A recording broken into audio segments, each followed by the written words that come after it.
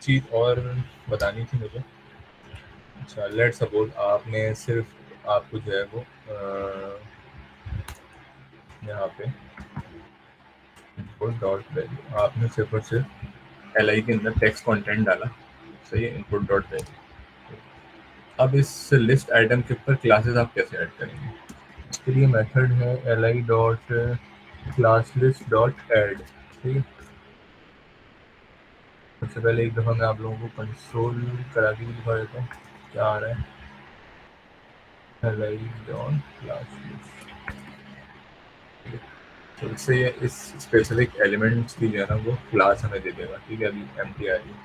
अब हम क्या कर रहे हैं, ऐड कर रहे हैं इसके अंदर क्लास। ठीक है, और क्लास इसके अंदर आप माई स्टाइल की क्लास आपने अपनी CSS में डिफाइन की होगी, ताकि क्योंकि आप जो एलिमेंट अपने जावास्क्रिप्ट के कोड के थ्रू जनरेट कर रहे हैं, जो एलिमेंट क्रिएट कर रहे हैं, वो एलिमेंट बिल्कुल एम्प्टी क्रिएट होंगे। ठीक है, उस पर क्लासेस देना भी आपकी जिम्मेदारी है, उसके अंदर वैल्यूज इंसर्ट करना भी आपकी जिम्मेदारी है। ठीक है, तो अगर मैं इसको ऐड कर दूँ, अब मैं इसको कंसोल करवाऊँगा, तो अब आप देख सकते हैं ये लिस्ट आइटम मेरे पास आ गया, एम्प्टी है, लेकिन इसके अंदर ये क्लास ऐड हुई।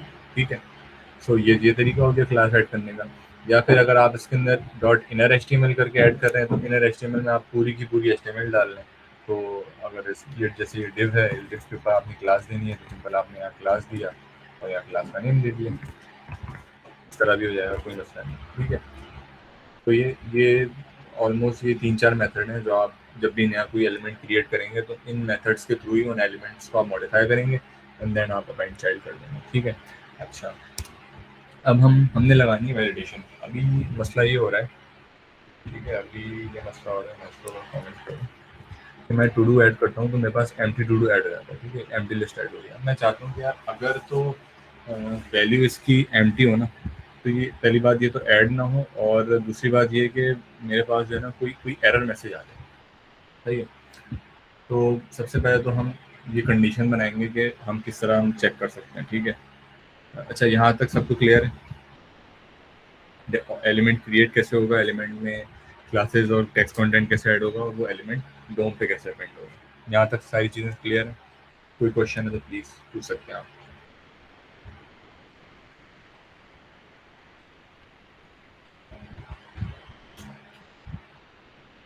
आई अज्यूम कि यहाँ तक किसी को कोई क्वेश्चन नहीं होगा, तो हम आगे बढ़ते हैं। अब हम बात कर रहे हैं थोड़ी सी वैलिडेशन। ठीक है, अभी थोड़ा सा ये बुरा यूज़र एक्सपीरियंस आ रहा है हमारे पास कि हम ऐड टू डू करते हैं, एम्प्टी ऐड हो जाते हैं। ठीक है, इसके लिए सिंपल हम कंडीशनल स्टेटमेंट हमने पढ़े थे, इफ की कंडीशन हम लगाएंगे और हम चेक करेंगे इनपुट डॉट वैल्यू। सही है, अच्छा, पहले तो ये इफ की कंडीशन लगाने से पहले चेक करते हैं कि यार अगर मैं एम्प्टी सबमिट कर रहा हूँ, यानी एम्प्टी बटन पे ऐड टू डू कर रहा हूँ, एम्प्टी लिस्ट में एड टू डू कर रहा हूँ, अगर मैंने कुछ भी नहीं लिखा हुआ, तो मुझे इनपुट की वैल्यू क्या मिलेगी? ठीक है, तो यहाँ पे आपको इनपुट की वैल्यू में ख्याल से एम्प्टी स्ट्रिंग ही मिल रही होगी। ठीक है, सो हम कंडीशन लगाते हैं यहाँ पे if input dot value not, ठीक है, अगर एम्प्टी स्ट्रिंग ना हो तभी ये सारा कोड एग्जीक्यूट होगा। मैं चेक करता हूँ, अब देखें, अब मैं ऐड कर रहा हूँ, तो क्योंकि इफ़ की कंडीशन मैंने लगा दी, सही है, यानी कि अब ये इफ़ की कंडीशन तभी रन होगी जब इसकी वैल्यू एम्प्टी स्ट्रिंग नहीं होगी, तब ये चलेगा। ठीक है, एल्स में फ़िलहाल के लिए, एल्स में हम वैलिडेशन लाएंगे। एल्स में अभी के लिए हम अलर्ट लगा देते हैं और ये लिखते हैं हम यहाँ पे कि एम्प्टी इनपुट। सही है, तो अब इसके अंदर लिस्ट आइटम ऐड नहीं होगा, ऐड टू डू की ऐसे बता दिया एम्प्टी इनपुट। ठीक है, लेकिन ये एम्प्टी इनपुट थोड़ा अच्छा नहीं लग रहा है मुझे। मैं चाह रहा हूँ कि यार यहाँ पे ना कोई HTML का एलिमेंट हो, मुझे बताए कि भाई आपका जो है ना वो वैलिडेशन एरर है या आपका इनपुट जो है वो एम्प्टी है। सही है, तो उसके लिए मैं क्या कर सकता हूँ, मैंने एक बटन के नीचे सिंपल एक H5 टैग ले लिया, या इसको एक क्लास दे देता हूँ रिडेटा। सही, अब यहाँ पे आया मैं, यहाँ पे एल्स में मैंने क्या किया, सबसे पहले तो इस वैलिडेटर को मैं अगेन फिर सेक्टर के थ्रू गेट कर लूँगा। ठीक है, और इसका नाम मैंने रख दिया है वैलिडेटर। ठीक है, तो यहाँ पे मैं करता हूँ validator dot text content equal to, let's try this, I hope कि ये काम करेगा। ठीक है, यहाँ पे आ गया एंटी इनपुट। ठीक है, अब इसको आप रेड से भी दिखा सकते हैं। ठीक है, मतलब बहुत सारी कंडीशन एल्स के अंदर आप इनपुट की क्लास, इनपुट के ऊपर एक क्लास ऐड कर सकते हैं, उस क्लास के अंदर उसका बॉर्डर ऐड करवा दें। ठीक है, जिस तरह यहाँ पे मैंने किया। ठीक है, यहाँ पे अगर आप क्लियर करके आप एम्प्टी टू डू ऐड करेंगे तो ये रेड हो जाएगा। ये बूट स्ट्रैप के अंदर क्लासेस मौजूद हैं। ठीक है, थोड़ा सा खुद आपने रिसर्च करनी है, सब आपको समझ में आ जाएगा। ठीक है, कंडीशन मैंने आपको बता दी। आपने इनपुट की वैल्यू चेक कर ली। अगर इनपुट की वैल्यू जो है वो नल यानी एम्प्टी स्ट्रिंग नहीं है, तभी आपने ये सारा अपेंड चाइल्ड वाला काम किया है, वरना आपने एक एम्प्टी मैसेज यहाँ पे शो कर दिया है। एम्प्टी मैसेज किस तरह शो किया है? सिंपल, मैंने एक H5 बनाया है। H5 अभी खाली है, कुछ भी नहीं है इसके अंदर, और मैंने एल्स की कंडीशन के अंदर इसको डॉट टेक्स्ट कंटेंट दे दिया एम्प्टी इनपुट।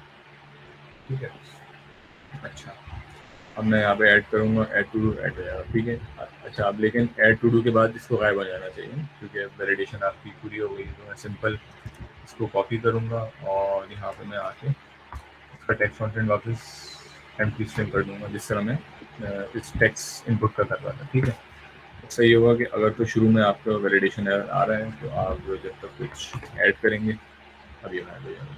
ठीक है, अब बताएं, आप यहाँ तक सबको सारी चीज़ें क्लियर हैं? सही है, वैलिडेशन बता दिया मैंने आपको कि आपने एक एम्प्टी वैलिडेशन लगानी है, प्लस आपने किस तरह एक टू डू को अपने डोम पे ऐड करना है। सिंपल। ठीक है, क्लियर है सबको? आई होप सबको क्लियर होगा। ठीक है, अब जी, कोई कुछ पूछना चाह रहे हैं प्लीज पूछ सकते हैं। सही है, इनर वाला दोबारा समझाइएगा, इनर एचटीएमएल वाला। इसके बाद दोबारा पढ़ लेते हैं, चलो।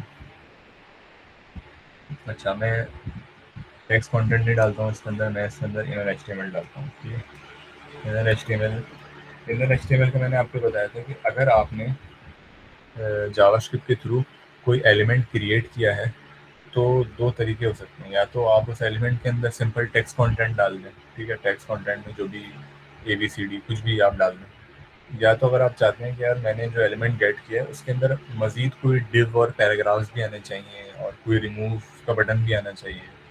सही है, तो इनर एचटीएमएल का मेथड आपको अलाउ करता है कि आप इसमें पूरी की पूरी एचटीएमएल उठा के डालें। सही है, तो अगर मैं यहाँ inner li dot inner HTML करता हूँ तो बेसिकली ये लिस्ट आइटम के अंदर एक डिव बना देगा। उस डिव के अंदर एक पैराग्राफ रख देगा। उस पैराग्राफ के अंदर जो इनपुट से वैल्यू आ रही है उसको रखेगा, और उस पैराग्राफ के बाद एक बटन भी बना देगा। ठीक है, इससे ये होगा कि अगर मैंने एक लिस्ट आइटम क्रिएट किया है तो हर लिस्ट आइटम के साथ मुझे रिमूव का बटन भी दिख रहा है। ठीक है, अब ये रिमूव का बटन मैंने इसलिए बनाया है ताकि मैं जो है वो आगे चल के रिमूव के बटन के थ्रू इसको रिमूव करवा सकूँ।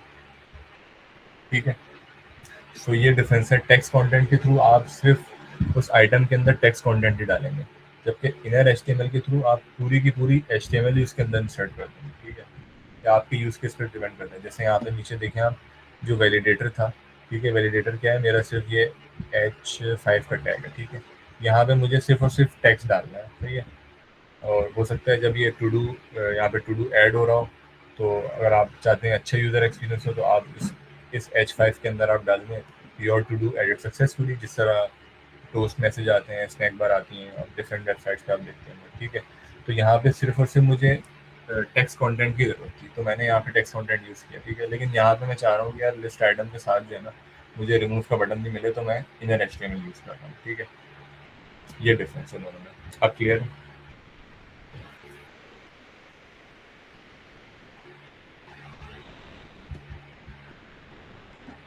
अच्छा, अगर ये क्लियर है तो अब हम एक काम ये करेंगे कि एक फंक्शन बनाते हैं। सही है, यहाँ लिख के रखा है, रिमूव का फंक्शन भी हम बना सकते हैं। चलो, रिमूव वाला काम भी आई थिंक हम कर लेते हैं। सही है, ताकि फिर आप लोग जो है ना इसके ऊपर असाइनमेंट स्टार्ट कर दें। ठीक है, असाइनमेंट मैं क्रिएट कर दूंगा आज रात तक मैक्सिमम। ठीक है, असाइनमेंट के अंदर सारी चीज़ें प्रोवाइड कर दूंगा, इसका एक स्क्रीनशॉट भी प्रोवाइड कर दूंगा तो आप ताकि आप लोगों को थोड़ा यूआई का आइडिया हो जाए। ठीक है, अच्छा, ये क्लियर ऑल, मैं आप लोगों को डिलीट की फंक्शनलिटी बताऊंगा अभी। क्लियर ऑल की फंक्शनलिटी का आपने खुद काम करना है। ठीक है, और फिर एडिट की जो फंक्शनलिटी है उसकी बात हम करेंगे नेक्स्ट क्लास में, ठीक है। लेकिन आपने कोशिश ये करनी है कि नेक्स्ट क्लास तक एटलीस्ट आप जो है ना वो बेसिक एक टू डू ऐप का स्ट्रक्चर बना चुके हैं, सही है, ताकि फिर जब एडिट वाला काम हो जाए तो फिर आप नेक्स्ट सैटरडे तक जो है ये पूरा असाइनमेंट आप लोग सबमिट कर दें, ठीक है। अच्छा, अब मुझे टू डू रिमूव करना है। टू डू रिमूव करने के लिए भी वंस अगेन मुझे जिस तरह एक ऐड टू डू का फंक्शन बनाया था, एक और फंक्शन बना देता हूँ जिसका नाम रखता हूँ रिमूव, रिमूव टू डू, सही। अच्छा, अब ये फंक्शन कहाँ कॉल होगा? ये फंक्शन कॉल होगा इस बटन के ऊपर, ठीक है। इस बटन के ऊपर ऑन क्लिक इस तरह से मैंने लीजिए रिमूव टू डू, ठीक है। रिमूव टू डू सेव कर दिया, ठीक है। अब मुझे चेक करना है इसके अंदर, जस्ट एक अलर्ट लगा के चेक कर लेते हैं कि ये फंक्शन सही से लिंक हुआ है नहीं हुआ, ठीक है। आई बी सी सेट किया मैंने, ये फंक्शन मेरा रिमूव के बटन से जो है वो कनेक्टेड है, सही है। अच्छा, अब करना क्या है, यहाँ पे मैं एक काम करूँगा, यहाँ पे मैं इसको पास कर दूंगा दिस। बेसिकली दिस का मतलब ये होता है कि ये जो जो करंट एलिमेंट है ना, वो एलिमेंट जो है वो पास कर देगा इस फंक्शन को, ठीक है। इस फंक्शन को मैं इस आर्ग्यूमेंट को मैं गेट कर लेता हूँ आई में, और कंसोल लॉग करके आपको दिखाता हूँ कि क्या है। So let's add one two do ABC, ठीक है। और अब जब मैं रिमूव कर रहा हूँ तो इसने मुझे ये वापस ये बटन का जो एलिमेंट है ना, ये बटन का एलिमेंट दे दिया, इस तरह दे दिया क्योंकि यहाँ मैंने बटन को क्लिक करते हुए यहाँ पे दिस पास कर दिया था, ठीक है। आगे चल के मैंने आपसे जब एरो फंक्शन पढ़ा रहा था मैंने बताया था कि लेक्सिकल स्कोप का भी डिफरेंस है एरो फंक्शन और नॉर्मल फंक्शन में, ठीक है। तो जब लेक्सिकल स्कोप को पढ़ेंगे तब हम दिस के बारे में थोड़ा और डिटेल में पढ़ेंगे। अभी के लिए आप इतना याद रखें कि दिस का मतलब ये है कि मैं जिस एलिमेंट पे खड़ा हूँ ना वो एलिमेंट जो है ना वो आगे पास कर देगा उस फंक्शन में, ठीक है। तो सिंपली इसने रिमूव टू डू के फंक्शन को ये बटन पास कर दिया, ठीक है। अब यहाँ पे मैं ये कर सकता हूँ आई डॉट, मैंने कंसोल कराया, आई के साथ मैं इसका पेरेंट एलिमेंट भी एक्सेस कर सकता हूँ, पेरेंट, पेरेंट नोड होता है शायद, चेक कर लेते हैं क्या होता है। रिमूव किया, अच्छा अब देखें आई डॉट पेरेंट नोड लिखा तो इसने मुझे यहाँ पे ये पूरा पैराग्राफ दे दिया जिसके अंदर ये बटन है, सही है। ये पूरा पैराग्राफ आ गया, ठीक है। अब parent node dot remove call करना था तो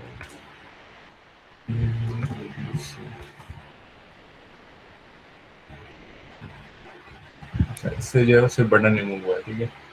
मेरे ख्याल में मैंने करके रखा था किस तरह का वाला था, parent element, okay.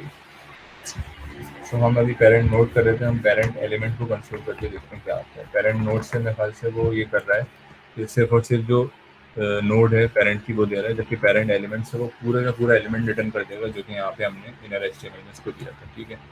Let's see parent element में क्या आता है, ठीक है।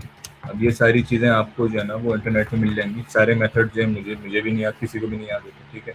तो आप जस्ट नेट पे सर्च कर सकते हैं कि चाइल्ड एलिमेंट को रिमूव करने का क्या मेथड है या पेरेंट एलिमेंट को रिमूव करने का क्या मेथड है, ठीक है। सर्च करके आप कर सकते हैं, कोई इशू नहीं है, ठीक है। बस आपको अपने फंक्शन बनाने आने चाहिए, सारी चीज़ें बनानी आनी चाहिए, ठीक है। और पेरेंट एलिमेंट और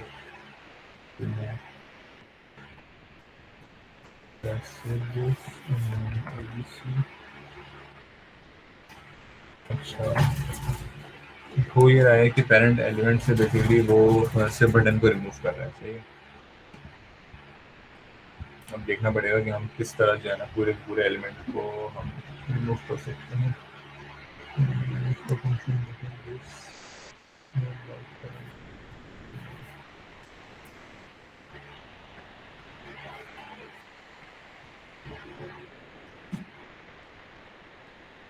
अच्छा, यहाँ तक सारी चीज़ें क्लियर हैं आप लोगों को?